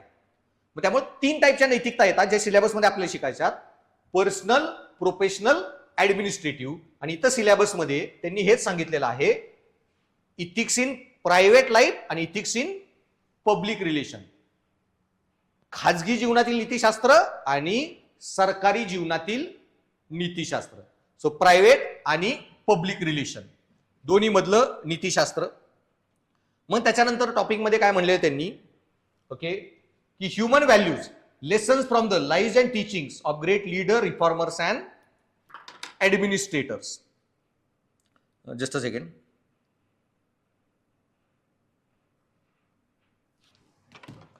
आता नेक्स्ट आहे तुमचं सायकोलॉजी पार्ट सिलेबसचा.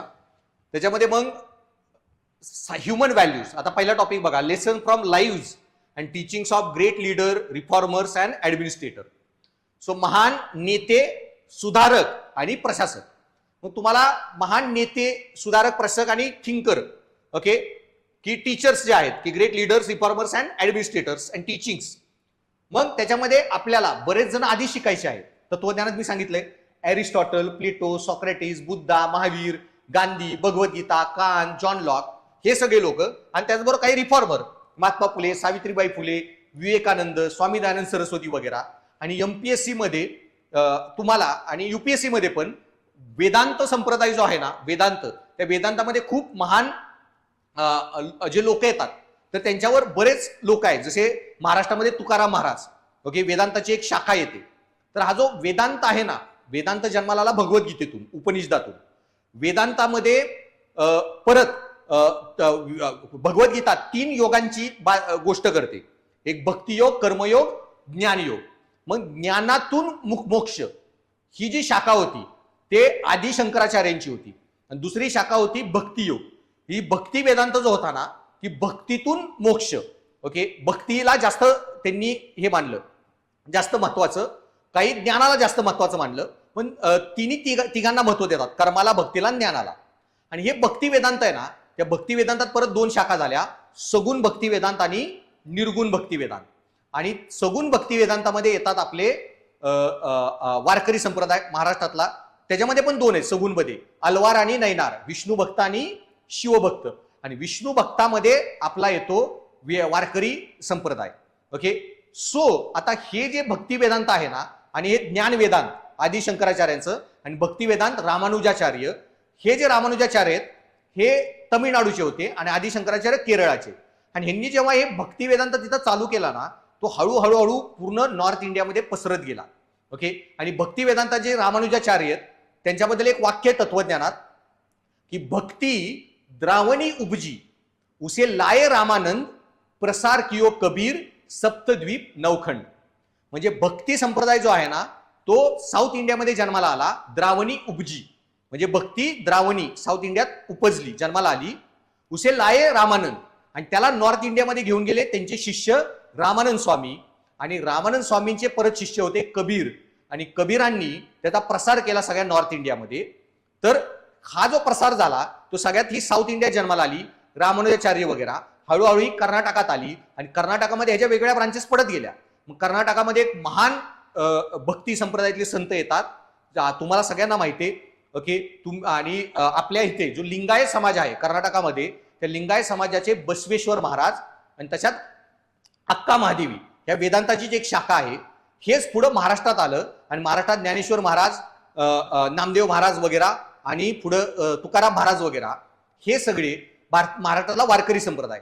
याच्यामध्ये पण 2 ब्रांचेस पडतात, ज्ञान वेदांत आणि भक्ती. तुकाराम महाराज, एकनाथ महाराज हे भक्ती वेदांतात येतात, पण ज्ञानेश्वर महाराज आणि नामदेव महाराज हे ज्ञान वेदांतात येतात. सो ते ज्ञानमार्गी होते, आणि तुकाराम महाराज वगैरे भक्ती मार्गी, एकनाथ महाराज वगैरे ज्ञानमार्गी ने सगुण मूर्तीची पूजा करणारे, सगुण भक्ती मार्गी. आणि तुकाराम, ज्ञानेश्वर महाराज, नामदेव महाराज हे निर्गुण भक्ती मार्गी होते. ओके, सो निर्गुण भक्ती मार्ग आणि सगुण भक्ती मार्ग, पण हे वारकरी संप्रदाय झाला वेदांत. हाच वेदांत पुढं अजून नॉर्थला गेला, आणि मग तुमचे मीराबाई, राजस्थानमध्ये संत मीराबाई जे म्हणतो आपण, त्या आल्या. बाबर वगैरेचा टाइम पिरियड होता मुघलांचा, त्यावेळी त्या संत मीराबाई. हाच भक्ती वेदांत जे सांगितलं उत्तर प्रदेशमध्ये गेला, जिथे होते आपले महान संत तुलसीदास. हाच भक्ती वेदांत पुढं पसरत उडीसामधून बंगालमध्ये गेला. बंगालमध्ये होते अचिंत्य भेदाभेद तत्वज्ञानाचे चैतन्य महाप्रभू, ज्यांच्यावर UPSCत प्रश्न आलेला आहे. आणि हाच भक्ती वेदांत आसाममध्ये गेला. आणि नॉर्थ ईस्ट मधल्या लोकांना ज्यांनी भक्ती वेदांत शिकवला ते म्हणजे खूप महान व्यक्तिमत्व होतं, ते श्रीमंत शंकरदेव. ओके, सो ही खूप महान महान लोक आहेत भारतातल्या भक्ती ह्या वेदांत तत्वज्ञानातली, ज्यांच्याबद्दलही राज्यसभेत प्रश्न आलेले आहेत. सो हे सगळे रिफॉर्मर वगैरे, त्यांच्यावर पण आपल्याला सिलेबसमध्ये अभ्यास करायचा आहे.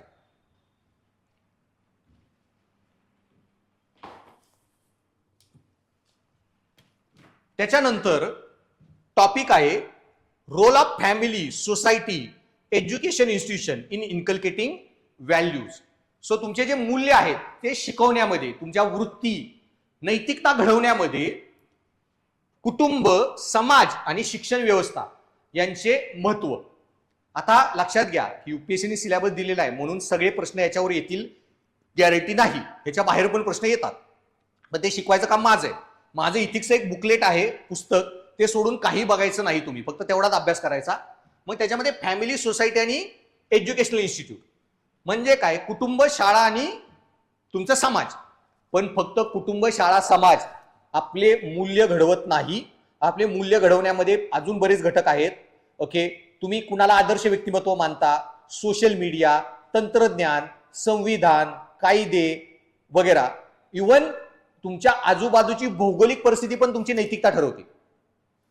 ही इंडियामध्ये जे धर्म जन्माला आले, हिंदुइझम, जैनिझम, बुद्धिझम, इथंच नॉनव्हेज खाणं का इश्यू झाला. जर इस्लाममध्ये आणि ख्रिश्चनिटीमध्ये नॉनव्हेज खाऊ नका हा जर इश्यू केला असताना, तर मिडल ईस्टच्या जंगलामध्ये एक पण मुस्लिम जिवंत राहिला नसता, किंवा युरोपमधल्या थंडीमध्ये विदाऊट नॉनव्हेज एक पण माणूस जिवंत राहिला नसता. कारण तिथे शेतीच होऊ शकत नाही, ॲग्रिकल्चर करू शकत नाही तुम्ही, आणि ॲग्रिकल्चर होऊ शकत नाही तर तुम्ही तिथं कुठलंही उत्पन्न शेती वगैरे करू शकणार नाही, जीवन जगू शकणार नाही. त्याच्यामुळे भौगोलिक परिस्थितीनुसार त्यांचे नियम बनले, भौगोलिक परिस्थितीनुसार आपले बनले. सो भौगोलिक परिस्थिती पण ठरवते की तुम्ही तुमचे विचारसरणी कशी असेल, मूल्य कसे असतील वगैरे. आता औरंगजेब जेव्हा महाराष्ट्रात आला ना, तो जवळपास 10 लाखाची फौज घेऊन आला, 9 लाखाची 1680 ला. 1680 पर्यंत पण त्याची लोक मारलेली आपण, शिवाजी महाराजांच्या ज्या सगळ्या लढाया झाल्या. 1680 ला शिवाजी महाराजांची डेथ झाल्यावर 9 लाखाची फौज घेऊन आला तो. आणि या 9 लाखाच्या फौजेमधले संभाजी महाराजांनी 1689 पर्यंत 4.5 लाख लोक मारलेले, राहिले 4.5 लोक महाराणी तारा राणी आणि बाकी लोकांनी संपवले 1707 पर्यंत. 9 लाखातली लाखभर फौज पण जिवंत नव्हती राहिली त्याची. आता एवढी मोठी मिलिटरी, एवढा पैसा सगळं असताना एवढा त्याचा हे कसा झाला डिस्ट्रक्शन.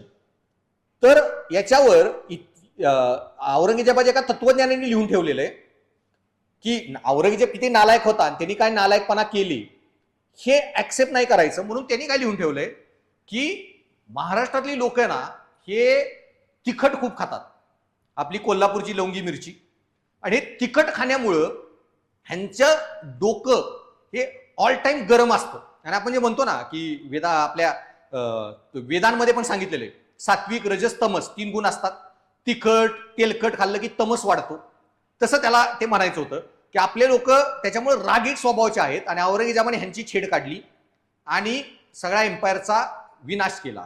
पण पॉइंट हा आहे ना की आपण डाएट काय करतो, भौगोलिक परिस्थिती आणि आपलं जे टेरेन आहे की आपलं काय चालतात डोंगर दऱ्या ह्या वेस्टर्न घाटमधल्या, किंवा आपला जो मराठवाड्याचा परिसर आहे की आपलं जे गाणंच आहे राखड देशा, कणखर देशा, दगडांच्या देशा. मग अशा परिस्थितीत जेव्हा तुम्ही राहता रफ अँड टफ क्लायमेटमध्ये, कधी पण काय चालतात सगळीकडे डोंगर दऱ्यात चढतोय आपण, ओके, अशी परिस्थितीमध्ये राहिला तर तुमची पर्सनॅलिटी पण तशी रफ अँड टफ होत जाते.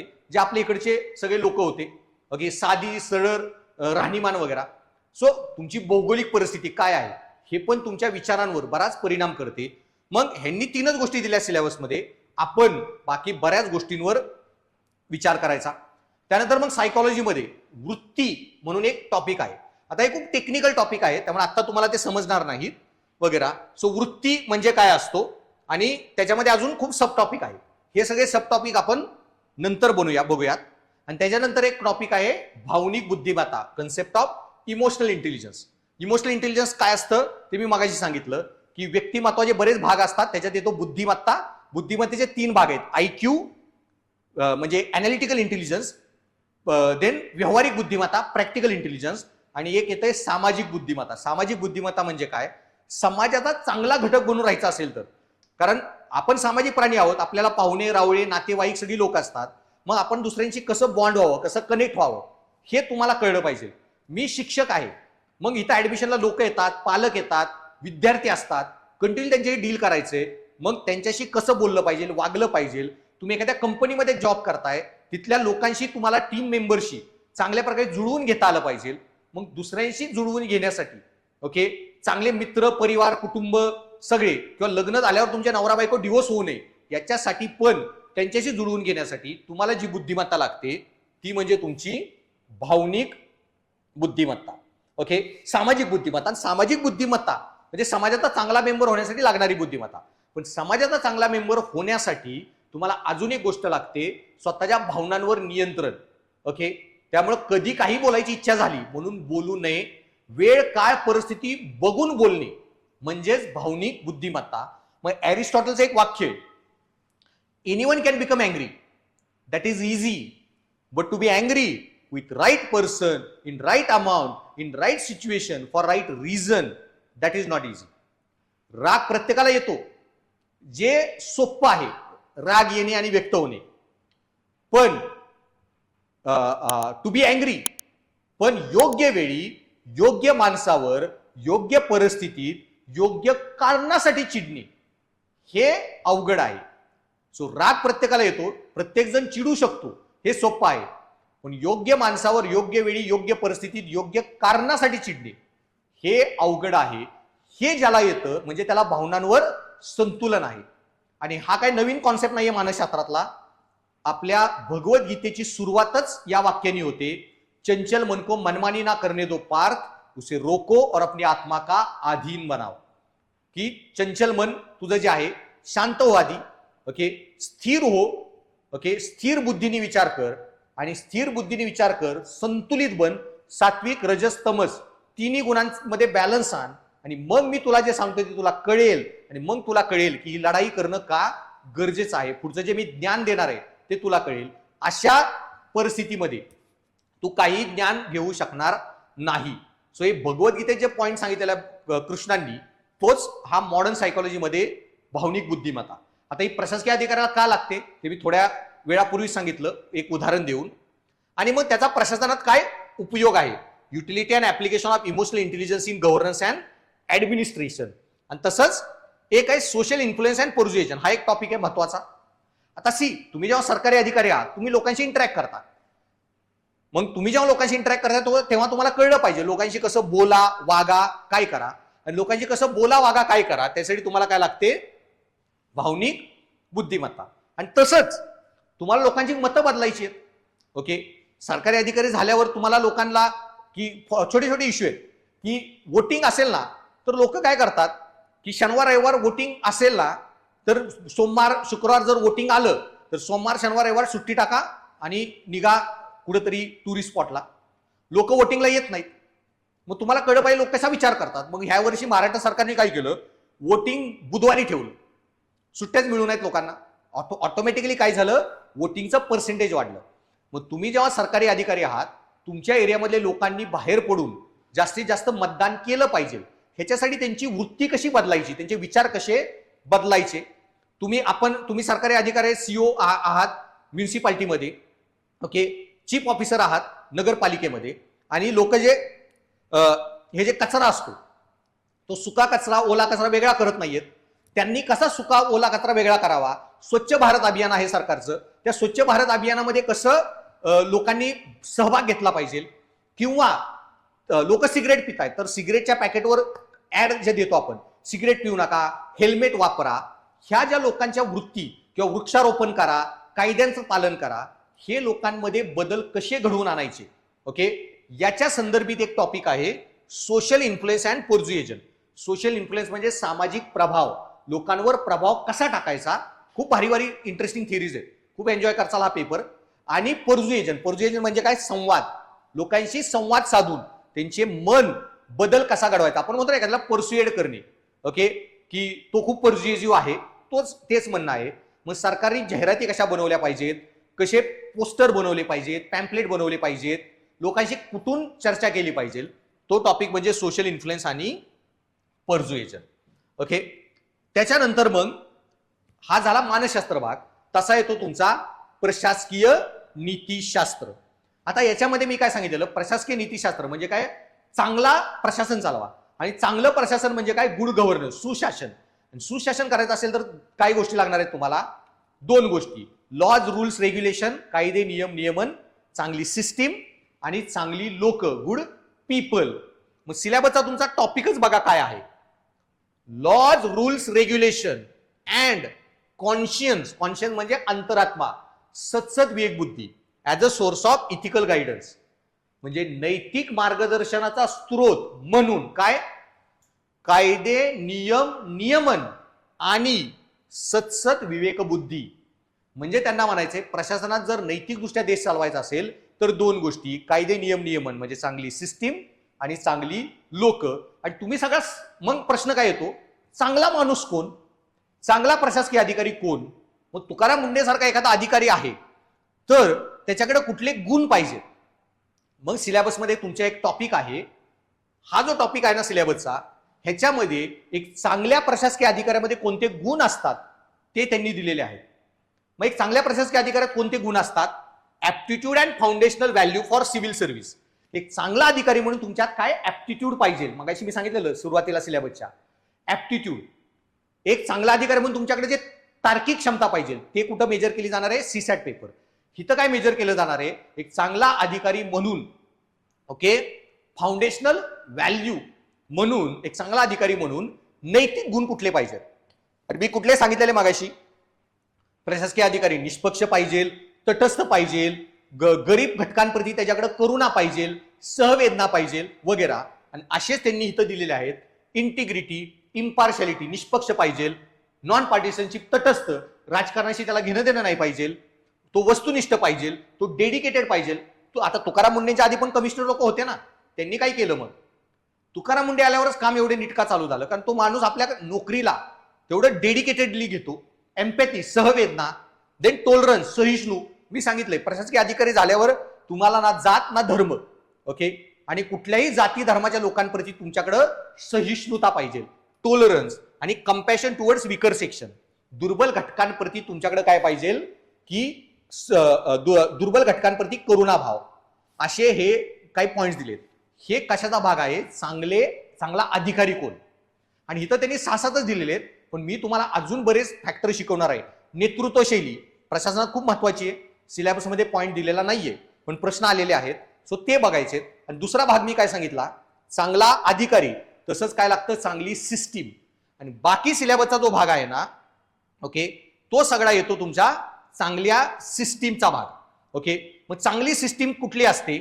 मग त्याच्यामध्ये सचोटीने चालणारी सिस्टीम, प्रोबिटी इन गव्हर्नन्स. आता हे थोडे टेक्निकल आहेत, अवघड वाटतील, त्यामुळे नंतर आपण डिटेलमध्ये बघायचंय. नंतर अकाउंटेबिलिटी, ज्या सिस्टीममध्ये उत्तरदायित्व सुनिश्चित केलं जातं. मग accountability in and ethical governance, accountability काय असते ते आपण पुढे बघायचं. देन इन्फॉर्मेशन शेअरिंग, ट्रान्सपरन्सी, ज्या प्रशासनामध्ये पारदर्शकता आहे, ओके, ते प्रशासन. देन माहितीचा अधिकार, code of conduct, code of ethics, code of conduct, okay, हे जे कायदे असतात प्रशासनामध्ये जे तुम्हाला पाळावे लागतात, एक प्रशासकीय अधिकारी म्हणून कोड ऑफ कंडक्ट रूल्स आहेत, हे काय आहे? सिस्टीमचा भाग. तर ते पण आपल्याला अभ्यासायचं आहे. सो अशा प्रकारे त्याच्यानंतर सिटीजन चार्टर, नागरिकांची सनद. तुम्ही एखाद्या सरकारी डिपार्टमेंटमध्ये गेला तिथं लावलेलं असतात सिटीजन चार्टर. बँकेत नेक्स्ट टाइम गेला तर बघा. तर हे काय? सिस्टीमचा भाग आहे. नागरिकांची सनद.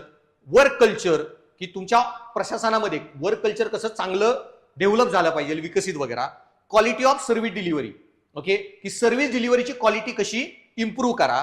आणि utilisation of public funds, okay, ते. आणि चॅलेंजेस ऑफ करप्शन, भ्रष्टाचार पण सिस्टीमचा मोठा भाग आहे. मग भ्रष्टाचार का होतो, त्याच्यावर आळा कसा घालायचा, त्यासाठी कुठले कायदे आहेत वगैरे, किंवा सरकारचे जे टॅक्स आहे, फंड, निधी, त्या निधीचा वापर कसा केला पाहिजे वगैरे. हे सगळे जे मुद्दे आहेत ते सिस्टीमचा भाग आहे. सो आपल्याला दोन्ही पार्ट, जर प्रशासनाचा भाग आहे ना तो या 2 मध्ये डिवाइड आहे आणि तो आपल्याला बघायचा आहे. आणि त्याच्यानंतर काही ऑड टॉपिक आहेत ते पण आपल्याला बघायचे. तर मी मगाशी काय सांगितलेलं, 3 टाईपच्या नीतिशास्त्र असतं. एक तुम्हाला योग्य अयोग्य काय वाटतं, एक प्रशासनाला योग्य अयोग्य काय वाटतं, आणि एका खाजगी कंपनीला काय योग्य अयोग्य वाटतं. आणि खाजगी कंपनीला काय योग्य अयोग्य वाटतं म्हणून एक टॉपिक आहे आपल्याला, कॉर्पोरेट गव्हर्नन्स किंवा बिझनेस इथिक्स, की एका खाजगी कंपनीसाठी योग्य अयोग्य काय. मग तुम्ही म्हणाल सर प्रशासकीय अधिकाऱ्याला खाजगी कंपनीची नीतिशास्त्र शिकायची काय गरज आहे? हा पॉइंट का शिकायचा आहे? कारण आज प्रशासकीय अधिकारी जी कामं करतोय ना त्यातली निम्मी कामं खाजगी कंपन्या पण करतायत. मग तुम्ही एसबीआय मध्ये बँक मॅनेजर आहात, बँक ऑफ महाराष्ट्रात बँक मॅनेजर आहात, का एखाद्या आयसीआयसीआय एचडीएफसी मध्ये बँक मॅनेजर आहात, तुमचं काम सेमच आहे. बँक चालवणे, इन्शुरन्स इंडस्ट्री चालवणे, एसटी महामंडळ चालवणे, एमएससीबी सारखं चालवणे, बीएसएनएल चालवणे, जिओ चालवणे, एअरटेल चालवणे, सेमच आहे.